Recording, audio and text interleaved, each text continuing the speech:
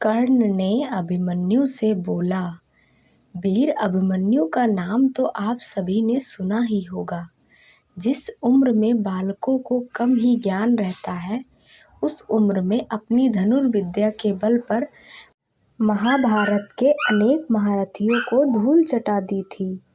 लेकिन अंत में भारी पराक्रम दिखाते हुए अभिमन्यु वीर गति को प्राप्त हुए। दोस्तों, मरते हुए अभिमन्यु से कर्ण ने कुछ कहा था, लेकिन क्या कहा था मैं आपको बताती हूँ। दोस्तों, महाभारत का युद्ध 18 दिन चला था। युद्ध के 13वें दिन कौरवों के सेनापति द्रोणाचार्य ने चक्रव्यूह की रचना की थी।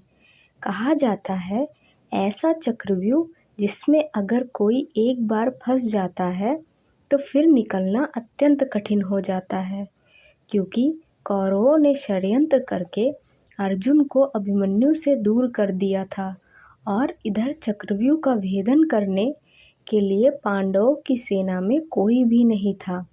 फिर अभिमन्यु ने धनुर्विद्या का विशेष कर्तव्य दिखाते हुए उन्होंने द्रोणाचार्य, दुर्योधन, कर्ण और कृतवर्मा से अकेले ही लोहा ले लिया था। चक्रव्यूह में घुसकर अर्जुन पुत्र अभिमन्यु ने हाहाकार मचा दिया। उसने द्रोणाचार्य का धनुष की डोरी काट दी। देखते ही देखते कर्ण को 8, कृतवर्मा को 5 और शकुनि को 22 बाण मारे। दुर्योधन, दुशासन और कृपाचार्य अभिमन्यु के सामने आने की हिम्मत ही नहीं कर सकते। उसी बीच दुर्योधन के पुत्र लक्ष्मण और अभिमन्यु का युद्ध होने लगता है, जिसमें अभिमन्यु ने लक्ष्मण का सिर धड़ से अलग कर दिया। यह देख दुर्योधन को बहुत क्रोध आया और कर्ण से बोला कि चाहे जैसे भी हो, इस बालक को सूर्यास्त से पहले किसी प्रकार मारना होगा। जब अकेले एक महारथी के बस में वीर नहीं आ रहा था, तब वहां उपस्थित 10 महारथी इनसे युद्ध करने लगे। अभिमन्यु ने पूरी वीरता दिखाते हुए इनको पीठ नहीं दिखाया। अभिमन्यु वायु की वेग की तरह बाणों की वर्षा करता रहा। उसके बाद द्रोणाचार्य ने कर्ण से कहा, जब तक इस बालक के हाथ में धनुष है, इसे मारना लगभग असंभव है। फिर सभी 10 महारथी मिलकर अभिमन्यु पर एक साथ आक्रमण करते हैं। मौका मिलते ही कर्ण ने उसका धनुष काट दिया और अश्वत्थामा ने उसका रथ तोड़ दिया।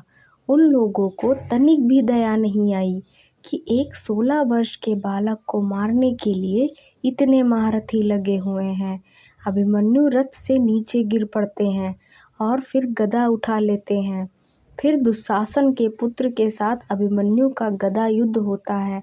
अत्यंत घायल होने के बावजूद जब अभिमन्यु लड़ते ही जा रहे थे, कर्ण ने उन्हें हमेशा के लिए सुला दिया। फिर बोला, हे वीर, विश्व का सर्वश्रेष्ठ धनुर्धर बनने की प्रतियोगिता मेरे और अर्जुन के बीच था, लेकिन तुमने आज इतना पराक्रम दिखाया, इससे सर्वश्रेष्ठ धनुर्धर का खिताब छीन लिया है। दुनिया यह कहेगी, एक अकेले अभिमन्यु को मारने के लिए इतने सारे महारथी को इकट्ठा होना पड़ गया था। अब तुम इस नरक रूपी दुनिया को छोड़कर हमेशा के लिए सो जाओ पुत्र। तो दोस्तों, यह था कर्ण और अभिमन्यु का अंतिम संवाद। आपको यह जानकारी अच्छी लगी हो तो हमारे चैनल को सब्सक्राइब कीजिए। Thank you for watching. अगर यह वीडियो आप लोगों को पसंद आया हो तो आप हमारे चैनल को सब्सक्राइब कीजिए, वीडियोस को लाइक कीजिए, अपने दोस्तों के साथ शेयर कीजिए एंड ढेर सारे कमेंट कीजिए। पैसे थोड़ी ना लगते हैं। Thank you.